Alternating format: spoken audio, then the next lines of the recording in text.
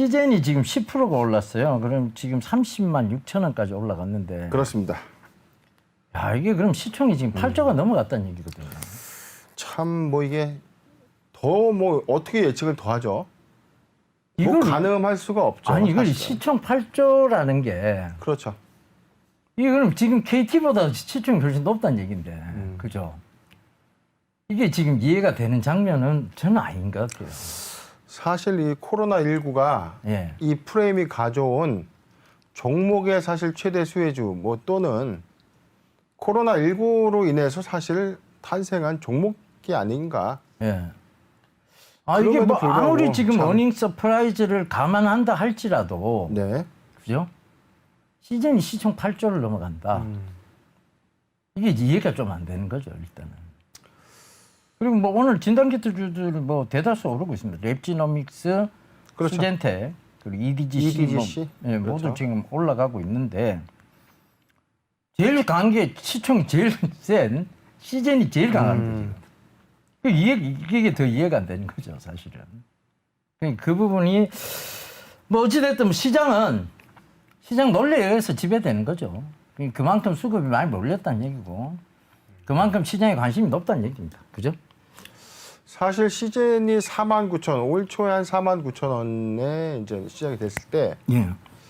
그 주변에서 좀 그런 말씀하셨습니다. 이게 한 10만 원 부근에 올라왔을 때 이제 팔아야 되는 거냐. 예.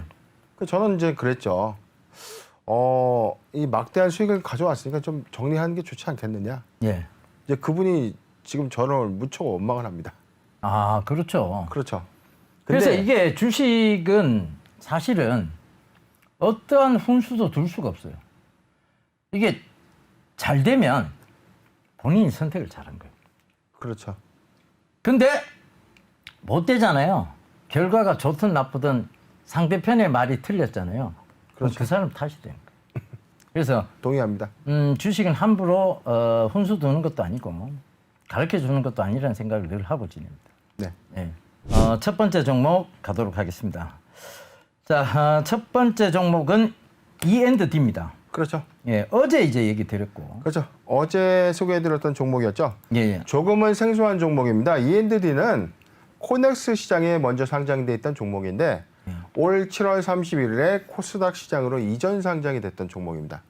이 회사는 2차 전지 관련된 사업을 이제 진행하는 회사인데 제가 이제 어제 우리가 설명드렸죠. 영업 잠정 실적 공시가 있었습니다. 사실 이제 코스닥에 새로 상장한 것과 다름이 없는 코넥스 예. 시장에서 이전 상장을 했는데 전년 대비 어떤 그 코스닥 시장에서의 어떤 비교되는 공시가 없어요. 근데 그렇죠. 매출액은 162%가 상승됐고 영업이익률 증가 프로테이지가 404%, 즉 22억에서 영업이익이 113억으로 증가가 됐습니다. 그리고 법인세 비용 차감 전 계속 사업 이익이 475.6%가 상승된 16억에서 94억으로. 그러니까 막대한 어닝 서프라이즈를 사실 보여줬던 이제 종목입니다.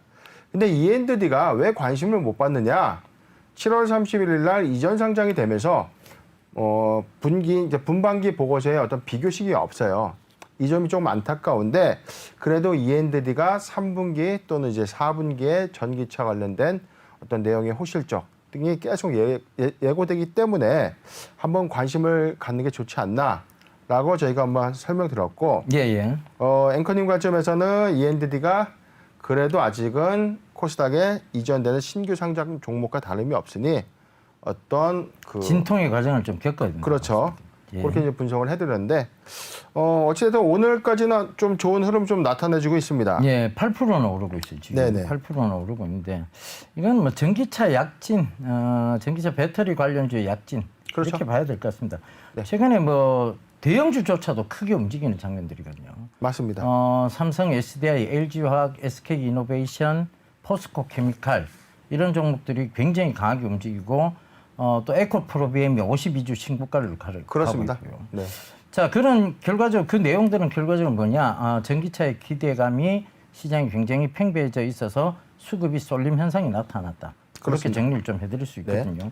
그 관점에서 보면 E&D도 지금 그 같은 맥락이에요. 결국은 같은 맥락에서의 전기차 상승세가 이 종목에 지금 강한 매수세, 즉 최근에 없었던 거래량이 수반되면서 8% 가까이 올라오는 맞습니다. 그런 장면으로 보시면 되겠습니다.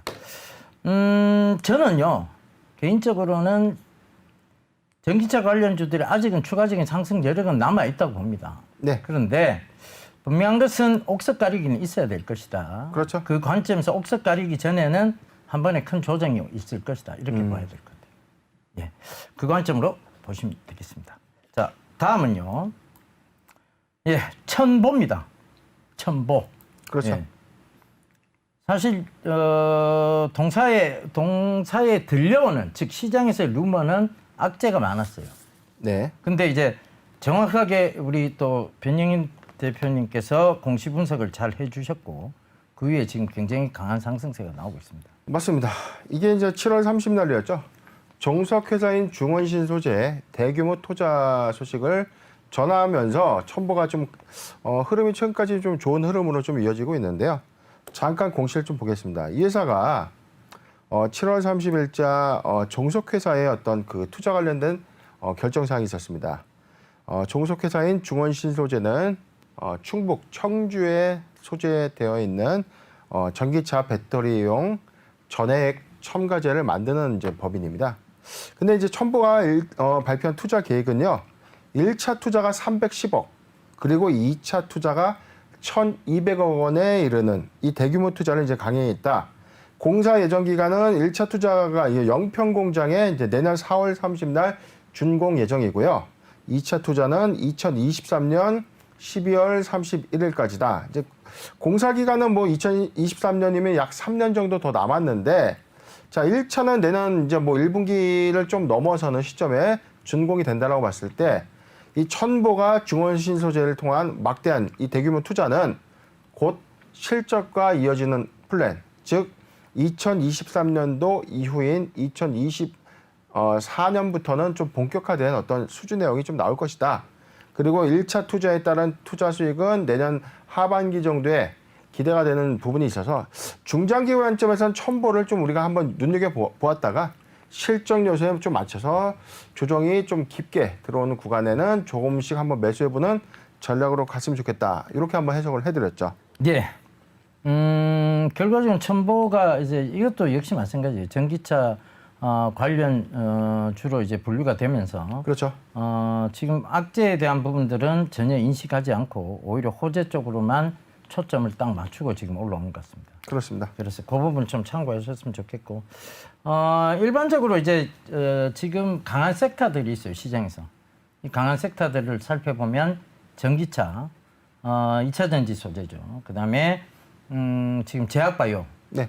굉장히 강한 편이고 그다음에 뭐 제약바이오 중에서도 진단키트주들 굉장히 강한 편이고. 그렇습니다. 뭐 이건 계속 뭐 꾸준하겠죠. 그렇죠. 3분기에도 지금 뭐, 또 어닝이 있을 것이고 4분기도 마찬가지고요. 그렇죠. 결국은 뭐 기업들의 주가는 실적에 수렴하게 되어 있거든요. 맞습니다. 그 관점에서 보시면 E&D나 첨보나 앞으로 실적 우상향이 될 것이라는 시장에 강한 기대감이 있다. 이렇게 좀 정리를 해드리겠습니다. 네. 다음은 프로스테믹스예요. 네. 어제 설명했죠 저희가. 네. 어제 또 설명했는데 오늘도 좀 뭐 주가 흐름이 좀 좋아서 예. 한 번 더 좀 언급을 해드리려고 왔습니다. 알겠습니다. 자, 프로스테믹스는 우리가 알고 있는 것처럼 이 첨생법 관련된 수혜주로 좀 부각이 되는 최근의 흐름이 있습니다. 이 회사는 이제 8월 3일에 200억 규모의 전환사채, 또 40억 규모의 신주 인수 건물 발행 결정을 했고요. 8월 4일에 이 동대금이 기관으로부터 모두 전량 납입이 완료가 됐습니다. 예. 근데 이 회사가 200억과 40억, 조금 아이러니했죠, 우리가. 전환사채면 그렇죠. 전환사채지 왜 또 굳이. 신주 인수 건물 사채와 나눠서 이게 발행이 됐느냐. 조금 이게 좀 의구심이 좀 있었는데. 맞죠. 일단 뭐 자금의 성격이 좀 다른 걸로 보여집니다. 200억 원에 대한 부분은 타법인 주식 양수 대금으로 쓰여질 것 같고요. 예. 그다음에 나머지 40억의 BW 대금은 유형자산 양수를 통해서 세포 처리 기술을 활용한 GMP 시설을 투자했죠. 예. 서울 성수동에 있는 토지 건물을 취득해서 GMP 세포 처리 시설을 신규 투자한다라는 이제 발표를 한 이후에 오늘까지도 좀 좋은 흐름을 좀 이어지고 있습니다. 근데 이게 프로스테믹스가요, 이 줄기세포를 기반으로 하는 어떤 치료제 내지는 화장품 원료 베이스를 그렇죠. 만드는데, 화장품 원료 베이스를 하는. 자, 그러면 첨생법에 대해서 조금 우리 시청자분들이 조금 애매하다고 생각할 수 있는데 앵커님께서 한번 설명을 좀 간단히 해주시죠. 그렇죠. 이 첨생법은 첨단 재생 의료법이라고 불립니다. 네네. 사실은 첨단 재생 의료법을 줄여서 이제 첨생법이라고 하는 건데, 사실 우리나라에서는 이런 첨단 재생 의료 사업 이런 네네. 것들이 엄밀하게 불법으로 규정돼 있지는 않았어요. 네네. 그렇지만 사실상 그 과정에서 식약처의 허가를 잘 받을 수 없는 상황이라서 네네.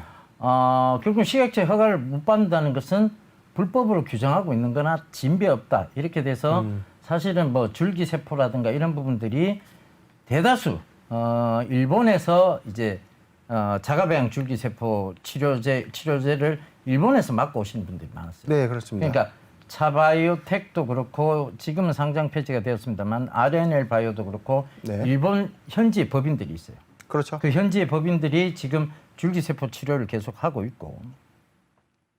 근데 이런 부분들을 이제 정부가 풀어주겠다는 거예요. 첨단 재생 의료법이라는 것은 결국은 규제를 완화해 그렇죠. 준다. 네. 그게 통과가 되면서 네. 이 첨단 재생 의료법을 통과시켜줘야 연구가 R&D 즉 이런 R&D 연구가 활발해질 것이다. 아, 그죠? 그 관점에서 이제 통과시켜주겠다. 그래서 어찌됐든 첨생법이 지난해에 통과가 됐고 네. 시행 자체는 이번 달 28일이죠. 네네. 이때부터 시행됩니다. 그럼 이 첨단 재생 의료법이 이제 수혜를 받는 곳은 어디냐? 이게 이제 우리가 사실 이종 장기 이런 것들은 네. 다른 종류의 장기를 이제 이종 장기를 이식하는 거잖아요. 그렇죠. 그러니까 예를 들면 사람의 몸에 동물의 뭐 동물의 뭐 간, 그렇죠. 뭐 이런 식의 이종 장기를 이식하는 건데 네네. 이 부분은 굉장히 위험하다 사실. 그래서 허가가 잘 안 떨어졌어요. 그죠. 뭐 과거에 허가 떨어질 수가 뭐 없죠. 동물이 뭐 윤리적 관점에 해당이 되는지 모르겠으나 예. 아니 그 윤리적 관점도 그렇고 이 위험하다고 판단을 한 거예요. 가능성이 있다면 우리가 동물을 예. 식육의 대상으로 의식주의 식을 담당하는 이 부분에서도 우리가 섭취를 하는데 예. 하다못해 인간의 어떤 윤택한 삶을 위해서 장기로 좀 뭐 사용이 가능하다, 이 네. 연구가 가능하다면 저는 이 부분이 왜 문제가 될까 이런 생각이 그렇죠. 좀 그런데 이제 그 부분에 대해서 말들이 많았는데 이제 우리가 흔히 그런 게 있잖아요. 뭐 중증 환자나 네. 그다음에 이제 말기암 환자를 대상으로 했을 때는 삼상 임상 자체를 부분적으로 승인해 준다. 조건부 삼상 임상을 그렇죠. 조건부 허가해 시판 준다. 허가를 했죠. 예, 네. 그런 얘기들을 했잖아요. 이것도 그와 비슷한 관점이라고 보여져요. 그러니까 첨생법 자체도 이게 약간 조건부 삼상이나 그런 내용 자체는 비슷하지 않느냐. 네. 그걸 이제 승인을 해주는 건데 승인을 받았어요. 그럼 이제 이종 장기 부분 아직은 이종 장기가 사실 이게 어려운 얘기죠. 사실은 제넨바이오 보면 최근에 이종 장기 이식 이거 첨생법 관련해서 엄청나게 올랐습니다. 그렇죠.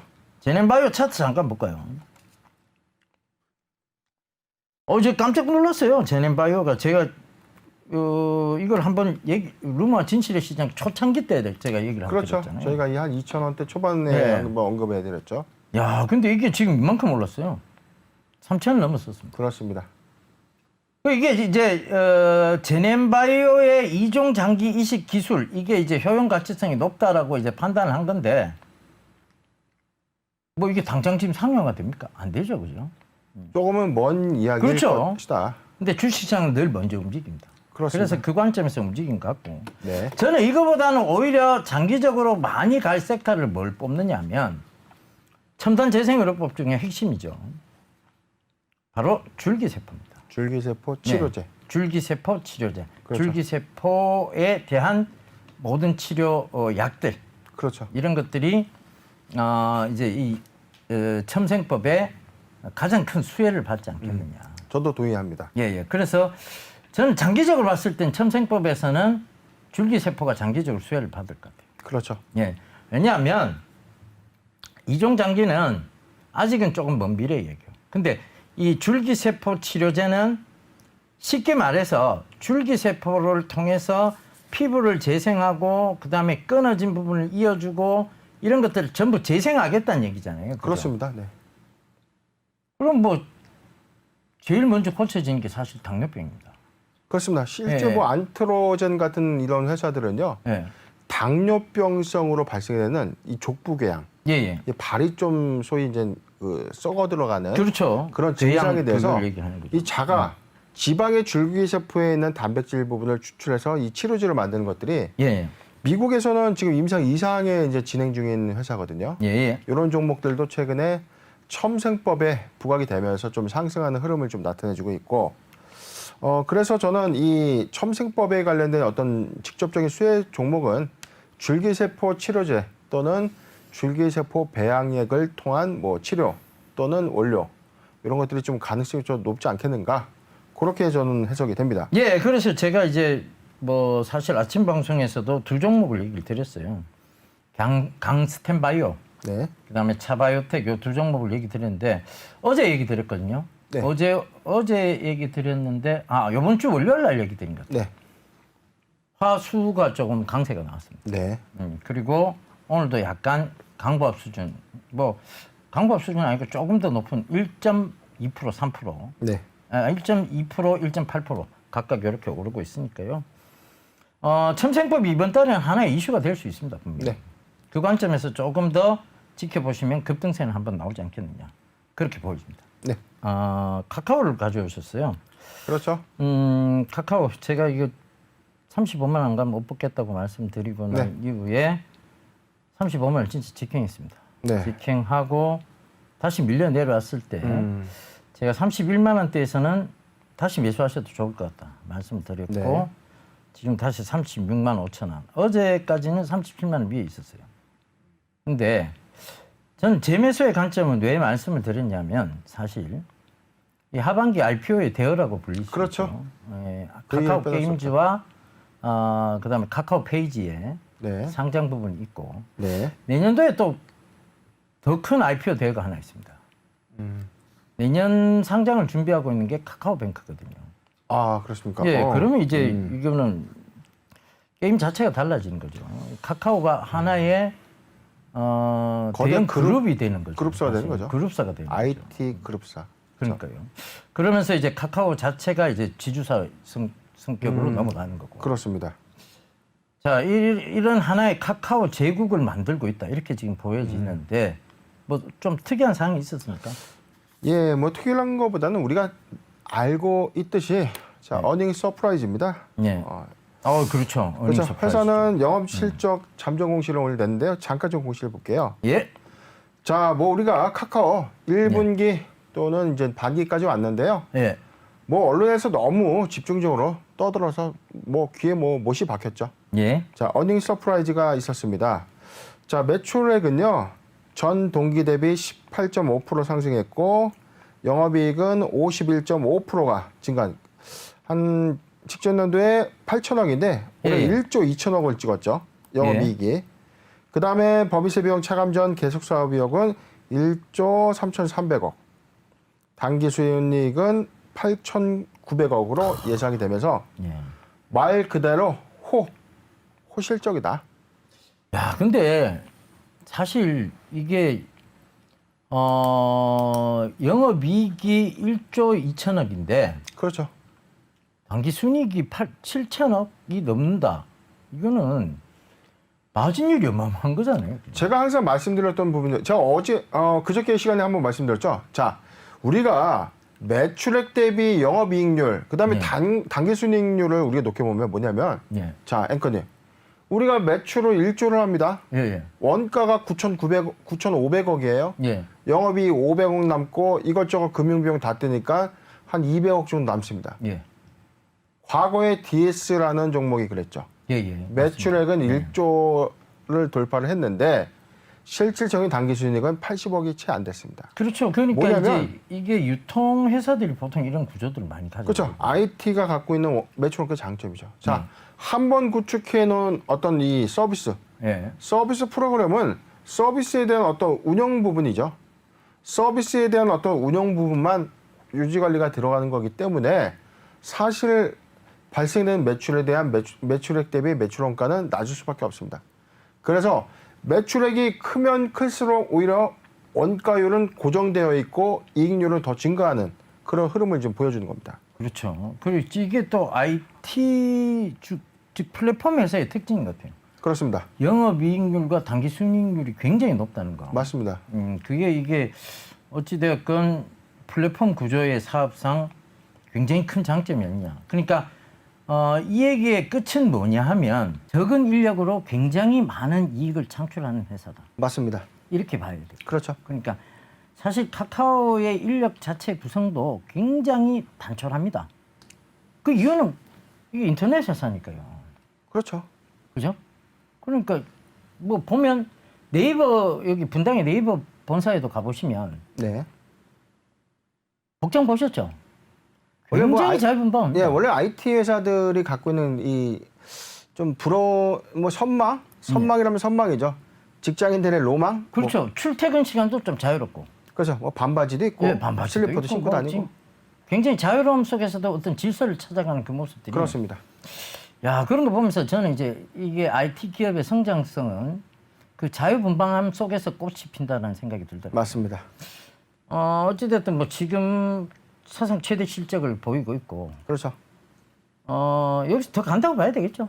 저도 사실은 앵커님이 아까 말씀해 주셨던 부분 동의를 합니다. 지금 뭐냐면 카카오는 우리가 알다시피 코로나19에 어떤 게임 수혜가 있었다. 근데 저는 이런 어떤 실적적인 부분 이외에도 카카오 게임즈의 하반기 상장에 따른 어떤 그 프리미엄 이것도 우리가 한번 노려볼 수 있고요. 그렇죠. 지분법 이익이 분명히 존재하니까요. 그렇죠. 그 다음에도 말씀드렸던 내년에도 예상되는 카카오뱅크의 상장. 예. 요 흐름까지는 그래도 카카오가 지속적인 어떤 성장세를 좀 보여주지 않을까.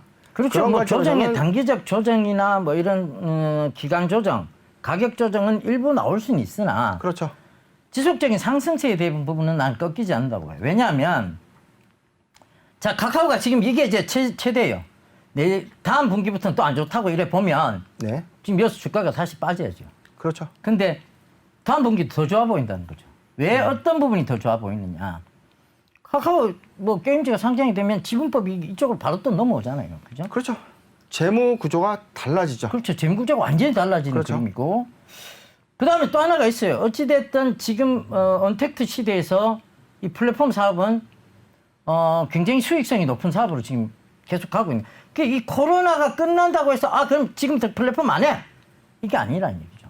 한번 자리 잡은 플랫폼은 더욱더 많은 이익을 창출하게 되잖아요. 그렇죠. 이제 삶의 익숙함이죠. 예. 이게 우리나라가 이런 거 한국뿐만 아니고 이런 겁니다. 자, 우리가 한번 어플 깔아놓은 거 잘 안 지우거든요. 예. 똑같은 겁니다. 우리가 한번 익숙함에 조금 적응이 됐던 IT 기술은 쉽게 또 포기를 안 하고 계속 쓰게끔 될 수밖에 없는 거고, 이거는 코로나19가 갖고 온 어떤 환경적인 변화가 코로나19가 끝났다고 해서 다시 원목되는 게 아니라 그런 어떤 삶의 형태는 좀 이어지지 않을까. 이런 관점에서는 실적으로도 계속 꾸준한 좀 상승 전망치가 좀 있지 않나. 이렇게 저는 이제 해석이 됩니다. 예, 알겠습니다. 저도 뭐 여전히 좋게 보입니다. 네. 카카오 저는 진짜 이 꿈이 저 사실 제 개인적인 꿈을 많이 말씀드렸잖아요. 어떤 꿈이 있으시죠? 금융을 플랫폼화 시켜보겠다는 꿈. 그죠? 예, 그걸 제가 굉장히 말씀을 많이 드렸었는데 저희도 뭐 차곡차곡 준비를 하고는 있습니다. 그죠? 물론 이제 실현 가능성에 대한 부분은 미래의 얘기니까. 네. 그죠? 그건 뭐 성공할지 실패할지는 모르겠습니다. 네. 그렇지만 우리 또 변영희 대표님이 적극적으로 도와주신다면 저는 성공이 가능하다고 보여지거든요. 약간 비웃으시는 것 같아요. 이 꼬리가 이쪽으로 살짝 올라가면서, 예. 제가 좀 어깨가 좀 갑자기 무겁습니다. 예. 그 짐 제가 벗어드리겠습니다. 어떻게 광고를 한 번 더 보고 가셔야 돼요? 아니요, 그렇지는 않고요. 광고 볼 때가 아니죠. 우리가 플랫폼을 완성하기 위해서는 네. 또 부지런히 달려봐야 됩니다. 알겠습니다. 자, 그러니까 플랫폼 사업이라는 자체가 굉장히 부러운 게 적은 인력으로 굉장히 고마진, 즉 고수익을 창출하고 수 있다. 그다음에 그렇습니다. 이런 고수익을 통해서 또 직원들이라든가 자유분방함의 복지를 누리게 해줄 수 있다. 네. 뭐 꿈이죠, 드림이죠. 예, 그 꿈을 지금 현실로 만들어가고 있는 회사.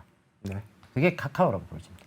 네. 그리고 저는 네이버보다 항상 카카오를 조금 더 좋게 지금 얘기하는 이유는 네이버는 지금 당장 무슨 상장에 대한 모멘텀이라든가 이런 게 없어요.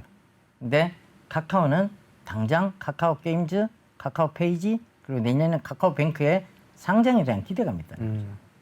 그걸 좀 참고해 보시면 좋을 것 같습니다. 자, 이렇게 좀 정리를 해드릴까요? 네. 예, 알겠습니다. 자, 다음은 제주항공입니다. 네. 뭐 최근에 뭐 항공주들 굉장히 좋지 못합니다. 그렇죠. 지금 뭐 사실은 우리가 한숨부터 나오시네요, 그죠? 네, 카카오를 우리가 어닝 서프라이즈라고 했으면 예.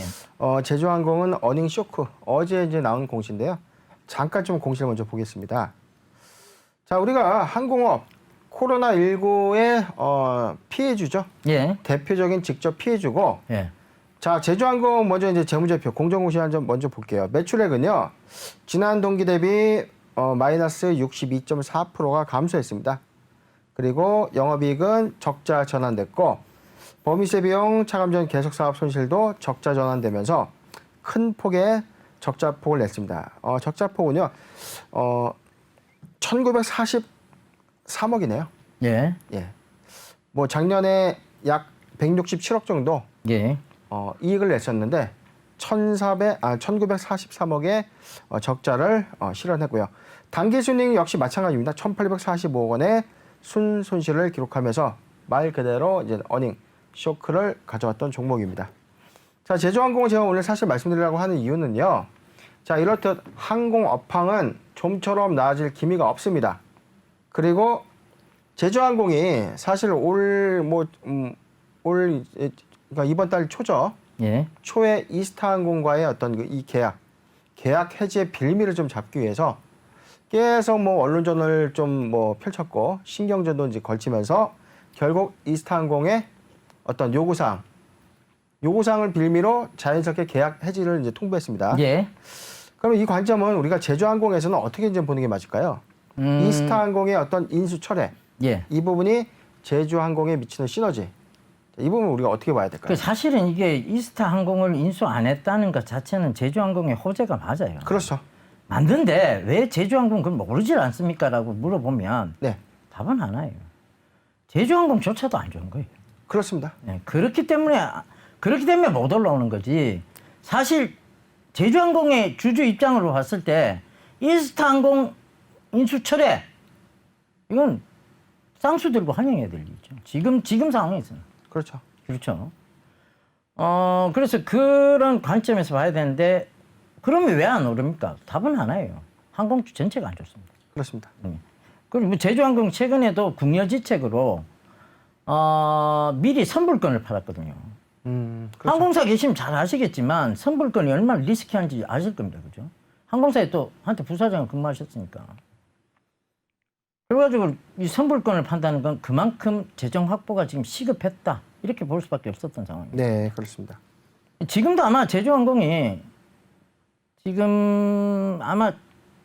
지금도 굉장히 어려운 상황일 거예요. 그걸 선불권을 팔았다고 하지만 그거는 임시 방편적인 부분밖에 아니었거든요. 그러니까 그냥 미봉책이다.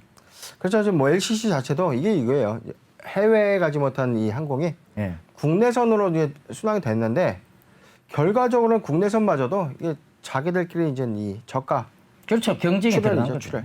그러니까 출혈 소위 경쟁을 유동성 확보를 위해서 계속 원가 부분으로 이제 돌리는 겁니다. 예. 그렇다 보니까 상황이 좀처럼 좋아질 수가 없고, 근데 이제 제주항공이 이스타항공의 어떤 그 인수 철회 부분에 대해서는 제주항공 입장에서는 호재이긴 하나 그래도 항공업 전체의 업황이 좋지 않기 때문에 이런 관점에서는 당분간 항공주 또는 여행주의 어떤 이 어닝 쇼크는 지속될 것이다 이렇게 저는 해석됩니다. 예, 알겠습니다. 자, 여기서 정리해드리고 빠르게 다음 종목 하나 네네. 넘어가도록 하겠습니다.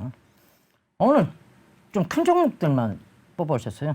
다음 종목이 삼성바이오로직스입니다. 네. 자, 짤막하게 좀 설명해 주시죠. 자, 오늘 삼성바이오로직스입니다. 바이오로직스. 뭐 잠깐 갈게요. 어제자죠. 자, 이 회사는 단일 판매 공급 계약을 체결했습니다. 4,393억 원의 의약품 위탁 생산 계약을 체결했다. 예. 계약 상대방은요. GSK사입니다. 예. 이게 그 미국에 있는 회사인데요. 예. 이게 어떤 거냐면 이 코로나19 치료제의 위탁 생산이다. 예. 이런 관점 때문에 삼성바이오로직스가 자기 직전 연도 매출액 대비 62.6%에 해당하는 대규모 수주 계약을 이제 체결했고 계약 기간은 내년 4월 9일부터 약 2년간이네요. 보니까 2022년 12월 31일이다. 자, 이 관점에서 오늘 사실은 저는 이 공시 이후에 좀 좋은 흐름이 좀 나올 거라고 생각했는데 예. 시장의 반응이 뭐 그렇게 강하게 흐름을 이제 이어오고 있지는 않거든요. 예. 자, 이 부분을 우리 앵커님께서 어떻게 좀 보고 계실까요? 일단 뭐 최근에 일단 삼성바이오로직스의 주가 자체가 지금은 너무 이제 오버슈팅 구간까지 와 있지 않느냐. 네. 그 해석이 있었고 결국은 그 소문 때문에 또 올라왔던 부분이 있거든요. 네. 사실 기술 이전 소문 때문에 많이 올라왔었어요. 네. 근데 이제 그런 기술 이전의 소문에서 이제 사셨던 분들이 네. 막상 뉴스가 나오니까 이제 차익을 하고 계신다. 저는 이렇게 보이거든요. 소문에 사서 뉴스에 팔아라. 어떻게들 그렇게 철칙같이 잘 지키신지 모르겠습니다만 최근에 뉴스 나오면 어김없이 빠져요. 그러니까 카카오도 오늘 그 어닝 서프라이즈를 발표하고 오히려 빠지거든요. 이게 그러니까 어닝 서프라이즈 누구나 소문이었어요. 근데 확실한 소문이었다고 소문이었고 그래서 발표가 딱 나오니까 이제 차익실현 매물 나온 거죠. 그렇죠. 예, 그렇게 보셔야 될 것 같아요. 역시 마찬가지로 삼성바이오로직스도 주가를 보면 최근에 오버슈팅 구간까지 이미 올라왔어요. 근데 네. 이게 기술 이전 소식이 계속 그전부터 들려오고 있을 때였거든요. 그렇죠. 시가 자체를 2% 선상에서 출발했단 말이에요. 네. 이러면 잘 아시잖아요. 실망 매물! 그죠? 터덕터덕. 루머와 진실의 시장 여기까지입니다.